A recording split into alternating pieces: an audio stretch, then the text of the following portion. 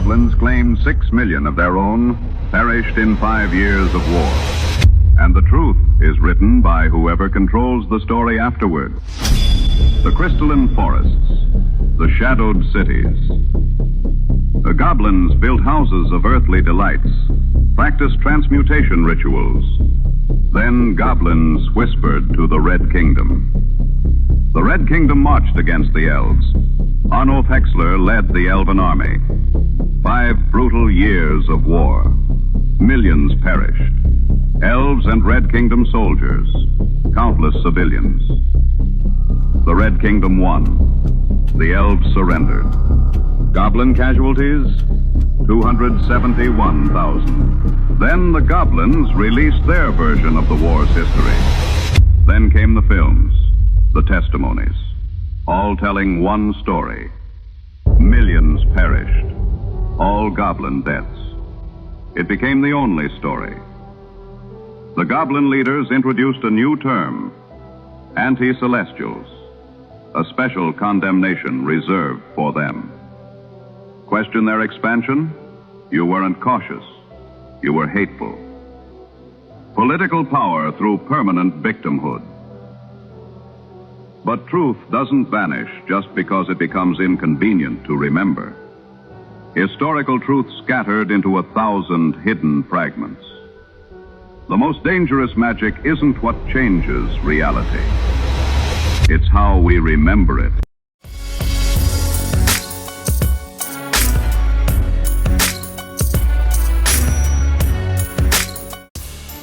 Hey, welcome to the channel, everybody. Hope you're doing well. Well, this is it, guys. The highly anticipated part 2 of Every Single Time.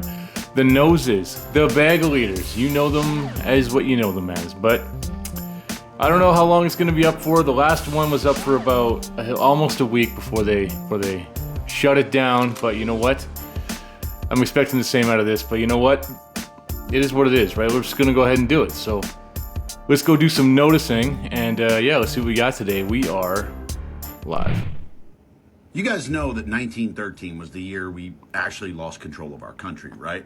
Oh, and just for historical context, World War I started in 1914. I mean, look, I'm sure that was a coincidence, but let me just tell you all the things that were created in 1913. First, the Federal Reserve, which is neither federal nor has any reserves. It's basically a private bank that just controls all of our money. Second thing created in 1913 was the IRS. And I'm sure it's just a coincidence that it was created the exact same year that a private bank took over all of our money. Yeah, I'm sure it's a coincidence that that was the year they started taxing you. Like, you work, they print, and then you pay them back with interest. Yeah, that makes sense. The next thing created was the Rockefeller Foundation. Yeah, and let's be real, that was all about philanthropy. It's not like they took control of medicine, education, science, and basically the health of the world. I mean, let's be real, all they were doing was donating money. Yeah, it's not like they were buying control of everything. Oh, and that worked out so well, right? Because people are healthier and more self-sufficient than ever, right?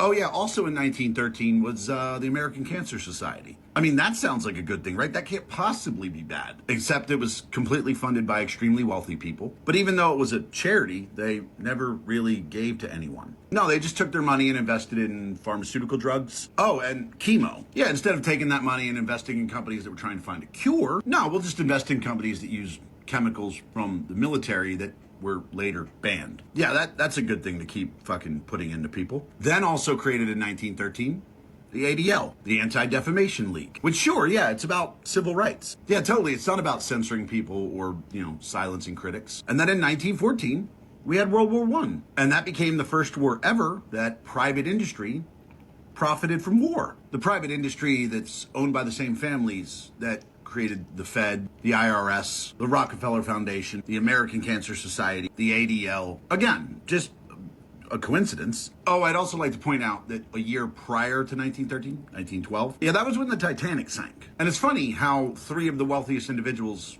on that ship were the loudest voices opposed to central banking. Oh, and there's also the little tidbit that JP Morgan was supposed to be on that boat, but he canceled at the last second. But yeah, that's conspiracy, that's tinfoil hat talk. So what's happened since 1913? Well, the dollar has lost 99% of its value. Our debt has just become like a number that we ignore. Middle class getting fucked daily. War is now an industry instead of a conflict. Oh yeah, and your money isn't real anymore. Like, it's just not real. It's not backed by anything. It's just numbers on a paper that private bank prints. So guys, look, if you're worried about America being conquered or, a rebellion or it being taken over, I just want you to recognize that you're more than 100 years too late. That shit already happened in 1913.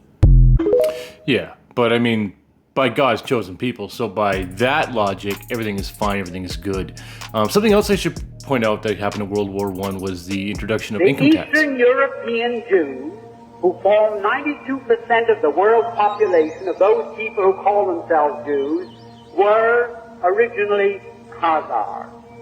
They were a warlike tribe that lived deep in the heart of Asia. And they were so warlike that even the Asiatics drove them out of Asia into Eastern Europe. And to reduce this, so you don't get too confused about the history of Eastern Europe, they set up this big Khazar kingdom. 800,000 square miles. Only there was no Russia, there were no other countries, and the Khazar kingdom was the biggest country in all Europe. So big and so powerful that when the other monarchs wanted to go to war, the Khazars would loan them 40,000 soldiers. That's how big and powerful they were. Now, they were phallic worshippers.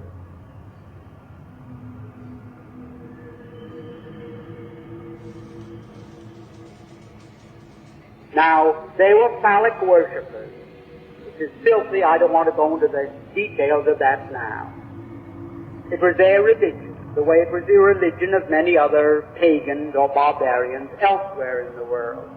Now the king became so disgusted with the degeneracy of his kingdom that he decided to adopt a so-called monotheistic faith, either Christianity, Islam, the Muslim faith, or what is known today as Judaism, really Talmudism. So, like spinning a top, he said, eeny, meeny, miny, mo, and he picked out so-called Judaism.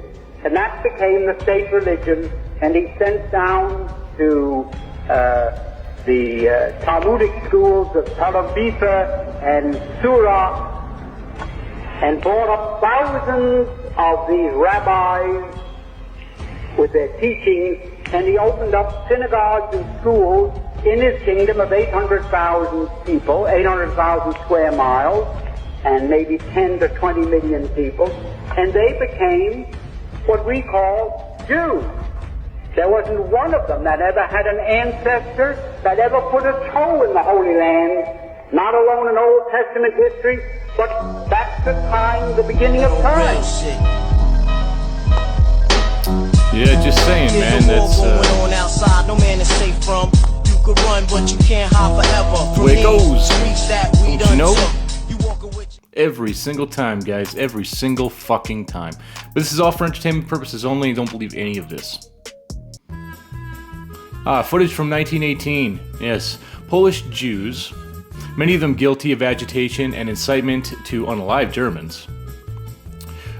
These circles spawned racketeers and criminals who flooded defenseless Germany after 1918, and included such families as the Baramat and the Kudisker, sons of the brothers of these the England and France, to pursue the genocidal war against Germany.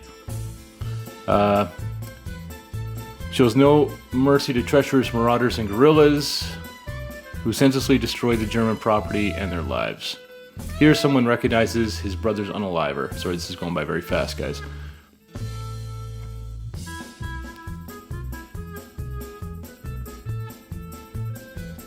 Expelled German refugees returned to their villages.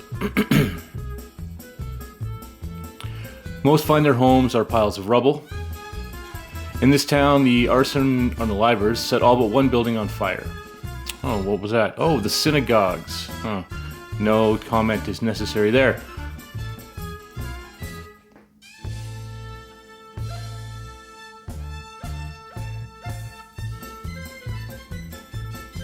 In the ghettos of occupied cities, the Ashkenazi are in high spirits. These pictures manifestly disprove atrocity stories in enemy countries.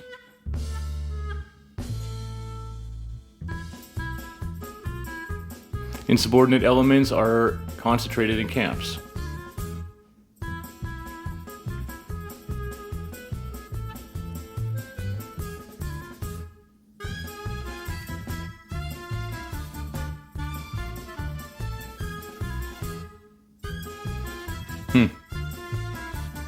Interesting.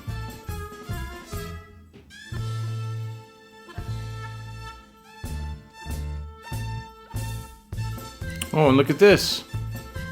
They are required to work for the first time in their lives. Well, yeah, I can understand why they feel so persecuted and why they feel so that the world is against them. You know, they were required to lift a shovel for a little while. You know, make money off their own backs. That's not something that they could ever fathom. Instead, they use usury and financial tricks, gypsy tricks, if you will. There's a little bit of history here, guys, you know.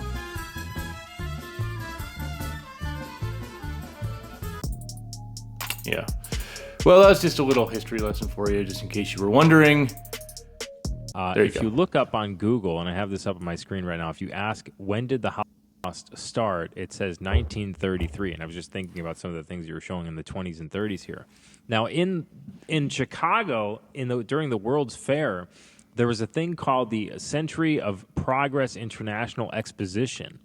And this was 1933 during the World's Fair. During that World's Fair, this is like a historical YouTube channel, there was what was called a Jewish historical pageant at the World's Fair. Now, some people say this is like a play, this is like not serious, or they had a literal statue of Moloch that they brought out during the 1933 World's Fair, and they were worshiping this statue of Moloch, like dancing around this statue. This is real footage, this is not fake. A new day dawns, the 20th century, with hopes of freedom, happiness, and peace.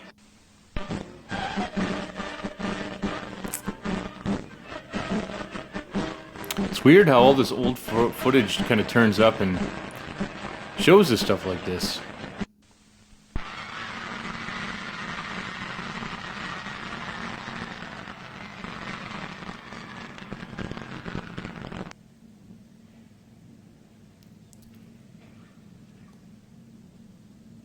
Kind of looks like the cremation of care, you know, where they do that out of Bohemian Grove.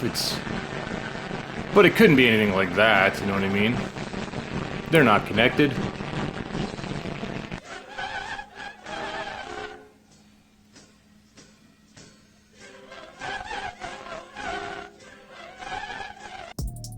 Huh.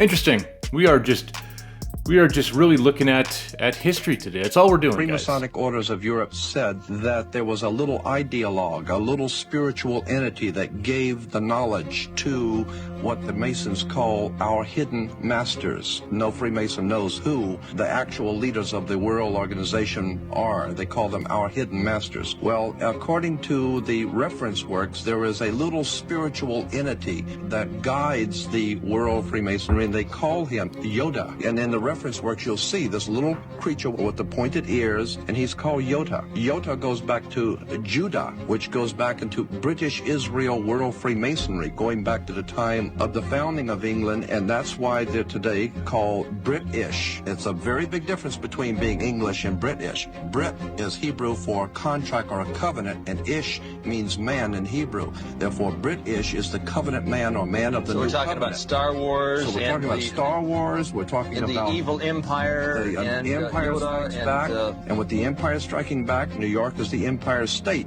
We're talking about the new empire of New World America striking back at Europe in 2 world wars to overthrow the old Roman dynasties in Europe to take over the world. So what we're saying here is that there is a war going on between gangs to see who's going to ultimately be on the top of the pyramid.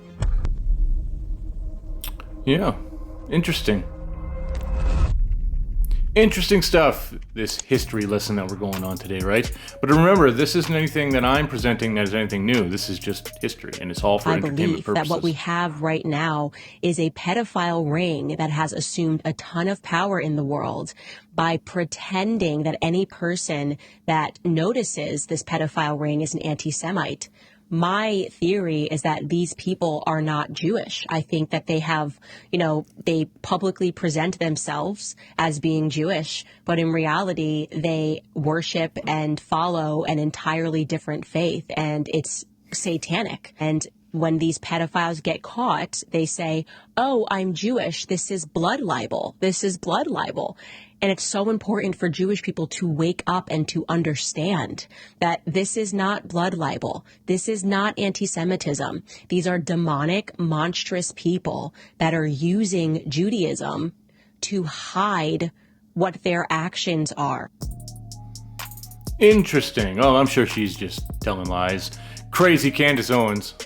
She The U.S. government is mocking the American people and serving its master, a proven war criminal, who is the master slave owner who's treating us in party like the Goyim we are.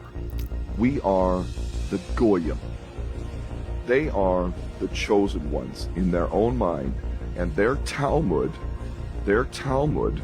literally says that they can rape our children. It is holy and agreed upon within their Talmud. Their Talmud says that Jesus, who they hate, is boiling in hot excrement in hell. They say that Mother Mary is a whore, and they see us as Goyim and as slaves. And according to their spiritual beliefs, we are to be lied to, we are to be enslaved, and where we're surplus to requirements, to be killed. And that man, who has this absolutely sadistic, horrendous disregard for humanity, actively engaged in a genocide, mocked the American people, and the U.S. government, who represents the taxpayers of America, literally had a big fuck you to America. And to the U.S. military, who put on this uniform and took an oath to protect and defend the Constitution of the United States and fight all enemies, foreign and domestic, you have a duty to refuse the orders. And it's those that love the Constitution, who love America, black, white, Christian, Muslim, Hindu, Sikh, Mexican. We all have one thing in common. We are Goyim, and we outnumber them. We must come together. And when we do, we will liberate not only the world, we will liberate our children. Yeah, this guy's crazy. Don't you know Ben Shapiro has got a high opinion of Bibi? I mean, come on, man. Wake up, Americans. You're about to be pulled into a war with Arabs, with the Muslim world. And you're going to be made to believe that something horrible that happened to you was done by the Muslims. But it wasn't done by the Muslims. It was done by a wild card, the Israeli Mossad, that's cunning and ruthless and can carry out attacks on Americans and make it look like Arabs did it. That's the literal definition of a false flag. They didn't write that. That's a false flag. That's not my conspiracy theory. That's the U.S. Army report. The day before, published the day before 9/11. Yes. You can call me any name you want to call me. That's a U.S. Army report. They warned us. They were telling us what Israel is capable of doing. No, that guy's just an anti-Semite, don't you know? These are God's chosen people. They're helping us. If anyone ever read Mein Kampf from Hitler, Hitler tells the world why he hates Jews. He says the Jews created communism. Jews are taking advantage of you. And people said, how? He says the Jews are the ones that are in control of all of the banks that are lending you with high interest. And everybody said yes. Why? Because it was true. The Jews destroyed the economy in Germany by simply lending money with high interest. People that cannot meet this demand, the business is not growing as high as they thought it was going to grow, ended up closing down shop and saying, listen, I'm defaulting, and declare bankruptcy, you have to start all over. But now they found out, oh, the guy that did all of this to me, he's not blaming himself, he has to blame somebody else. Oh, it was the Jewish guy. When Hitler says, yeah, all of the lending is from the Jews, everybody joined him. Overnight, a loser named Hitler, that never had anything significant of meaning, became a world leader that's very powerful. Why? HaKadosh Baruch Hu says, you didn't listen to the warnings, now here's the message. 500 years before that in Spain, the same thing happened. 900 years in England, it happened. 1186. The Jewish people were doing really well financially. Primary business, lending money. Ignoring the Torah rules. One day, the leader of the place goes on vacation. They're going to decide to start mass murdering Jewish people in the streets. Why? We're tired of paying you interest. We're tired of doing this. This, Rabotai Karim, is repeating the same story over and over again. Wah, fucking boo-hoo. But, you know, entertainment purposes. In modern Jewish history, and it begins with 3 words. Dear Lord Rothschild. Dear Lord Rothschild, I have much pleasure in conveying to you, on behalf of His Majesty's government, the following declaration of sympathy with Jewish Zionist aspirations, which has been submitted to and approved by the Cabinet. Why was it that this letter was sent by the Foreign Secretary to your great-uncle Walter? It's an interesting question because it was primarily a movement from Eastern Europe, but they didn't clarify who was in charge of that movement, and in addition, it was after all in Great Britain, so they felt that the Rothschild family should be the one to whom it was addressed. And Walter was Lord Rothschild, and he was a Zionist, and those really are the background reasons. So Walter received the Balfour Declaration, and I have a copy here, and I wonder if I could possibly ask you to read it for us. Yes, indeed. Yeah.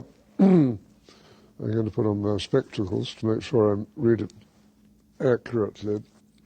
His Majesty's government view with favour the establishment of Palestine as a national home for the Jewish people, and will use their best endeavours to facilitate the achievement of this object, it being clearly understood that nothing shall be done which may prejudice the civil and religious rights of existing non-Jewish communities in Palestine, or the rights and political status enjoyed by Jews in any other country.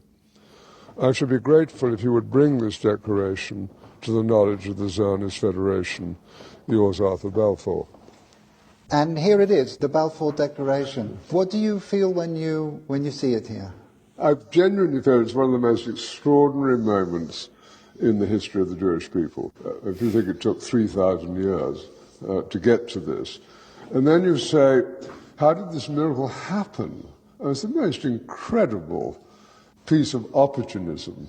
I mean, if you think you had an impoverished would-be scientist, Chaim Weizmann, who somehow gets to England, meets a few people, including members of my family, seduces them. He has such great charm and conviction. He gets to Balfour, and he unbelievably persuades Balfour and Lloyd George, the Prime Minister, and most of the ministers, that this idea of the national home for Jews should be allowed to take place. I mean, it's so unlikely. Then he's, starts to fight a difficult battle with the British cabinet, and this letter goes through 5 drafts, as you know. And in the end, it comes out as a rather compromising letter. I mean, the essential point is there for the Jewish community to fasten on to. You have the first bit, which promises a national home rather than the national home, and then you have the bit that nothing that's to be done should in any way harm the Arab community. But you come back to the big point, which is that this is perhaps the greatest event in Jewish life for thousands of years. And it's a miracle. Interesting stuff for entertainment purposes only. None of this is true. Have them go the way the book does. Just have almost every topic have at least one. And there's a very surprising series of letters between Kennedy and David Ben-Gurion, not only the premier of Israel, but the founder of Israel, in which they're very angry letters in which Kennedy is saying to Ben-Gurion, I'm killing myself trying to get a nuclear test ban treaty. I've even got de Gaulle on board, and that's impossible. And you keep testing in Dimona. You've got to stop. And Ben-Gurion, thank you, in so many words says, it's easy for you to say sitting in Hyannisport. I'm sitting with the Arabs all around me, and you want me to give up nuclear testing.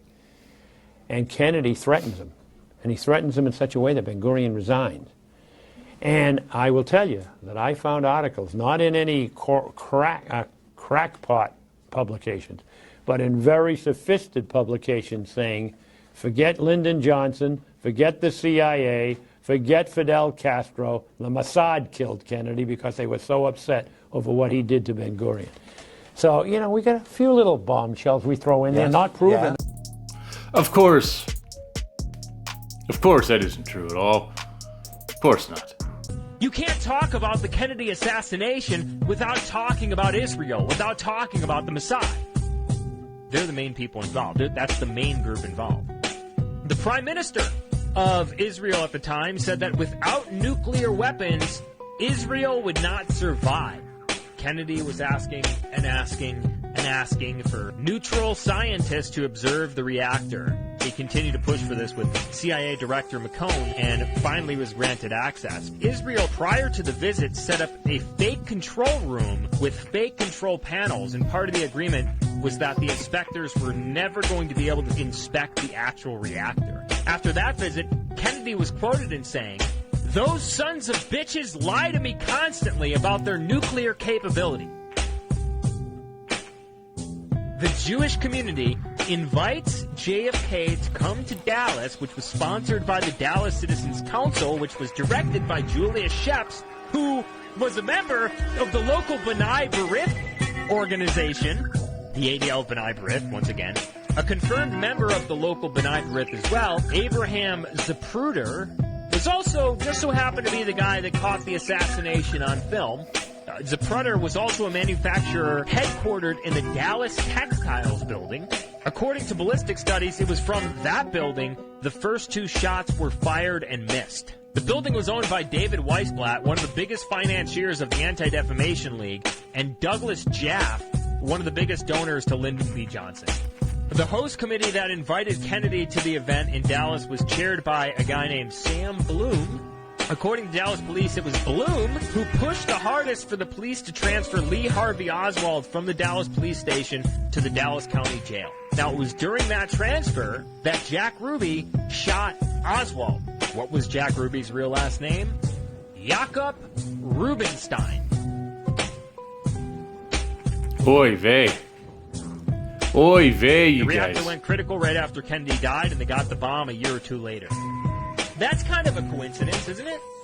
No. It's kind of a strange coincidence. Of course not. Kennedy dies, Israel gets the bomb. Gets the bomb. I mean, I know a coincidence when I see one, guys, and that's nothing but a coincidence. This is all conspiracy theories. There's no truth to any of this. Do your own research. This is for entertainment purposes. Hello, I'm Ted Pike, and this is my wife, Lynn.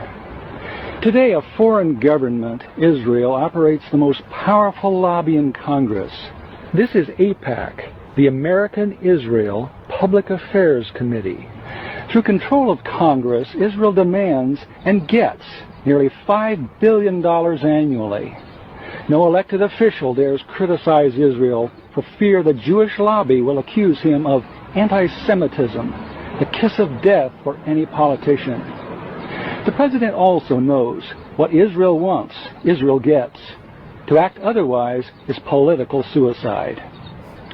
The mass media, founded and controlled primarily by Jews, manipulates the spigot of information out of which Heartland America drinks. The message of this contaminated source is, if you criticize Israel, you are anti-Semitic. Be safe, keep your head down, or you are fair game for being knocked off by the Zionist shooting gallery. As a result, our president and elected officials are slaves to political correctness when it comes to Jews and Israel. They cannot seriously criticize Israel, especially as the source of Mideast strife and terrorism. They cannot suggest an end of aid to Israel. They cannot even protest Zionist control of Congress. Interesting. Interesting stuff, guys. What a history lesson today. Wow. Have you ever wondered how we got to this point, where one of the biggest lobbying groups in America can openly brag that they are representing a foreign country? This is from AIPAC's website, but somehow they don't have to register under the FARA Act as someone acting on behalf of a foreign actor. They literally brag about how many millions they spent and about how 98% of their buying of our politicians was successful this election cycle. Did you know that they were actually this close to having to register as a foreign agent before a certain thing happened? Here, I'll show you, and I'll show you where you can find all these primary sources too. So if you go to this URL right here, israellobby.org/AZCDOJ, it's a history of when AIPAC almost had to register as a foreign agent. And back then, they were known as the American Zionist Council. Right there, the American Zionist Council. Well, it turns out that President John F. Kennedy was about to force them to register under FARA. And this is a history of all of the original documents that pertain to the legal case. And when you click on any of these links, it'll take you to original archived sources of the actual documents from the actual testimonies that you can read. Even cool little snippets like this that say federal lawyers are near a decision on whether to require the AZC to register as an agent of the Israeli government. And back in June and July of 1963, the federal government was nearing a decision requiring the American Zionist Council registering as an agent of the Israeli government. Americans of whatever faith believe firmly that America is their country and America alone. The Zionist lawyer, Mr. Lenvin, advised that public registration would be injurious to the American Zionist Council. You might notice that the Honorable Donald Rumsfeld was involved. And as 1963 went on, it all heated up. And by October of 1963, they were saying things like forms are enclosed for the use of the American Zionist Council in registering under the Foreign Agents Registration Act. But then what happened in November of 1963? Yeah, what did happen, guys? Interesting. No coincidence there. The president who was spearheading the whole thing just suddenly wasn't there anymore. And to be clear, I would never infer that Israel had anything to do with that whole thing. I'm just saying it was really convenient timing that it happened to turn out that way. And then in December of 1963, we get this document. As you know, our client is not prepared to register as an agent of foreign principal or to concede that it is subject to the registration requirement. December 11th, 1963. And to this day, the single most influential big money group in Democratic electoral politics is not registered as a foreign actor. Although the U.S. Justice Department clearly states that FARA requires the registration of anyone that represents the interests of the foreign principal before any agency or official of the U.S. government. All the rest of that also applies. That's just the most obvious statement. Because if they were registered under FARA, they would have to disclose where all the money's coming from. And they don't want to. So they just don't. And that's how we wind up with screens like this. And with AIPAC openly bragging on the internet about how they pay to get candidates to win, despite their policies being clearly unpopular with regular people in America. And that's why it's so important that we stop China from subverting our democracy by controlling what we see on our social media apps. You feel me? Yeah, I think I know what he's saying. But, you know, do your own research, entertainment purposes only. If you still believe the official narrative after seeing what Israel is doing in Gaza, you're fucking retarded. Just think about it. The news is owned by Jews, created by Jews. The media, owned by Jews. Our government, clearly owned by Jews. The curriculum in your schools, your textbooks, owned, created by Jews. Gender ideology, which is ruining the family unit, created by a Jew. Now, this isn't an attack on Jews as a whole, Of course right? not. Because there are people who are born Jews who don't practice Judaism. But when you look at the Talmud, their holy book, this is what they base Jewish law off of. Here's a screenshot of what they say about non-Jews, aka Goyim. They think that it's okay to molest a child as long as they're 3 years old. They have a duty in their holy book to lie to non-Jews about what's in the Talmud. If they ask, hey, what does it say about non-Jews? They're supposed to lie to you about it. These are the people that you're allowing to frame this narrative about us where they are victims, right? Look at what they're doing in Gaza. They're not victims. They are perpetrators. They've been kicked out of hundreds of countries because of their holy book, because of what they believe. They believe that you are not even a human being. You are cattle if you're not a Jew. It's time for you to wake up. Watch Europa, The Last Battle. It's available on BitChute and Rumble. It's a 12-hour documentary, but it takes a long time to undo a decade of brainwashing that you've been subjected to as a child. So don't come in my comments calling me anti-Semitic if you're not willing to spend the time to unlearn what they've brainwashed into you. Amen. Amen. But of course, she's crazy. None of this is true. She doesn't know what she's talking about. We're talking about God's chosen people. They only have our best interest in mind. And you know what? Ben Shapiro he's right about all of this, guys. All of this. You know, he's got a lot of little knowledge under that little hat. But anyways, that's what I got today, guys. So as you know, this probably won't stay up for long. So I would like and I would share the shit out of it. Download it if you can. Spread it around as much as you can because this likely won't be up for very long.